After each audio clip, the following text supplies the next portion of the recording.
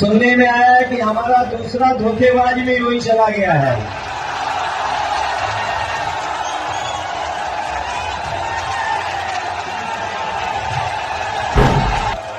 जो अभी अभी गया है धोखेबाज,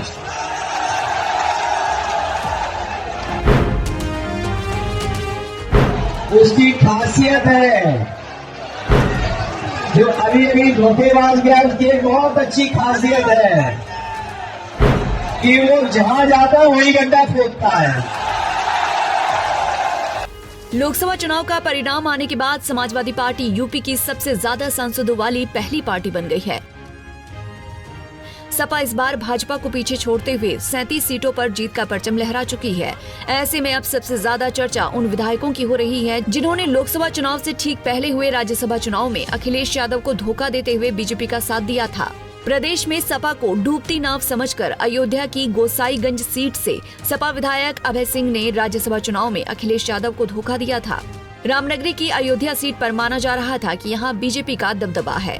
इस सीट से भाजपा को हराना सपा के लिए एक चुनौती है, लेकिन ऐसा बिल्कुल नहीं हुआ। अभय सिंह के दल बदलने से सपा को कोई फर्क नहीं पड़ा और सपा के अवधेश सिंह ने भाजपा के लल्लू सिंह को तकरीबन 50,000 वोटों से मात दी।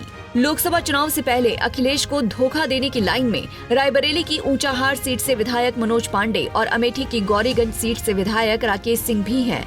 इन दोनों ने भी राज्यसभा चुनाव में सपा के विरोध में जाकर वोटिंग की थी। ये दोनों ही सीटें कांग्रेस के खाते में थीं। यहाँ भी बागी विधायकों का कोई असर देखने को नहीं मिला। इंडिया गठबंधन ने रायबरेली और अमेठी में भारी वोटों के अंतर से जीत दर्ज की है। समाजवादी पार्टी को कम आंकते हुए प्रयागराज में भी सपा विधायक पूजा पाल ने अखिलेश को धोखा दिया था, लेकिन लोकसभा चुनाव में इनके बागी होने से कोई प्रभाव नहीं पड़ा। प्रयागराज और कौशाम्बी सीट पर भी इंडिया गठबंधन को जीत मिली और बीजेपी को हार का मुंह देखना पड़ा।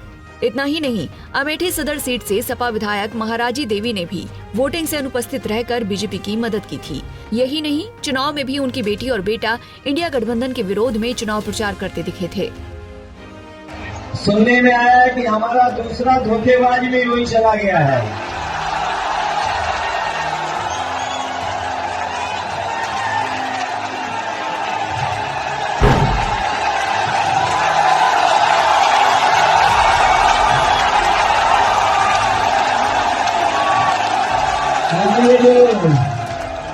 जो अभी अभी गया है धोखेबाज,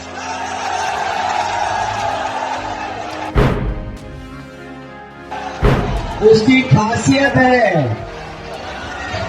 जो अभी अभी धोखेबाज गया उसकी एक बहुत अच्छी खासियत है कि वो जहां जाता है वहीं गड्ढा खोदता है।